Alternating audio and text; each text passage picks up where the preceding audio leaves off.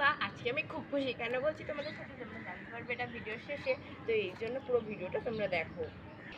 তো আজকে আমি এই লাঠির ডালটাকে নিয়ে এসেছি। এই ডালটা দিয়ে আমি ভাবছি কার বাড়িতে ফেলি। আসলে একদমই না। তোমাদের দেখে মনে হচ্ছে এটা বট গাছের ডাল, আসলে একদমই না। ঠিক করে দেখো, রবার প্ল্যান্ট। ঠিকই ধরেছে, এটার নাম রবার প্ল্যান্ট। এই গাছটাকে আমি আজকে লাগাতে চলেছি।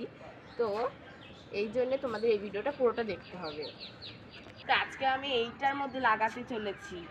দেখো, এটা একটা কৌটো। তোমরা ভাবছো আমার কাছে টব নেই নাকি? আছে, কিন্তু আমি টব না তো কিনি না। আমার এই ছাদ বাগান বিনা খরচে আমি তৈরি করেছি। তো এইটাকে আমি এটার মধ্যেই লাগাবো। তো আজকে আমি এটার মধ্যে ভালো করে লাগাবো। দেখো, এটার মধ্যে আমি অ্যালোভেরা জেল লাগাবো। প্রথমে আমি এটার মধ্যে অ্যালোভেরা জেল লাগাবো। তো দেখো, আমি এটার মধ্যে অ্যালোভেরার পাতাটা কেটে নিয়ে এটার মধ্যে ভালো করে আমি ঘষে দিচ্ছি। অ্যালোভেরা জেল লাগালে তোমার শিকড় তাড়াতাড়ি গ্রোথ করবে এবং গাছটা খুব ভালো হবে। এইটা সমস্ত লোকেরাই করে থাকে সাধারণত, তোমরাও হয়তো এরকমটা করে থাকো। এছাড়া তোমরা এখানে অন্য কিছু লাগাতে পারো, অনেকে অন্য কিছু লাগায়, কিন্তু আমি অ্যালোভেরা জেলটাই বেশি লাগিয়ে থাকি। দেখো, আমি ভালো করে এটা লাগিয়ে দিয়েছি।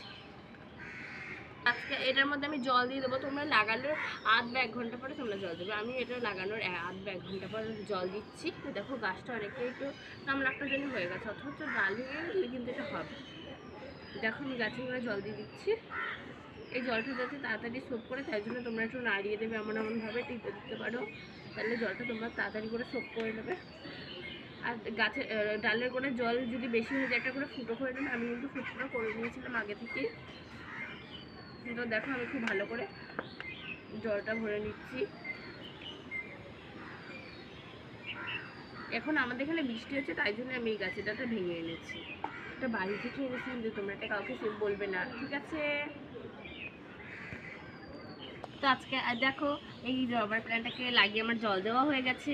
কি সুন্দরভাবে জলটা টেনে নিয়েছে। তো আজকে এই পর্যন্তই। তোমাদের এই ভিডিওটা ভালো লাগলে অবশ্যই একটা লাইক আর একটা সাবস্ক্রাইব করে দেবে। টাটা।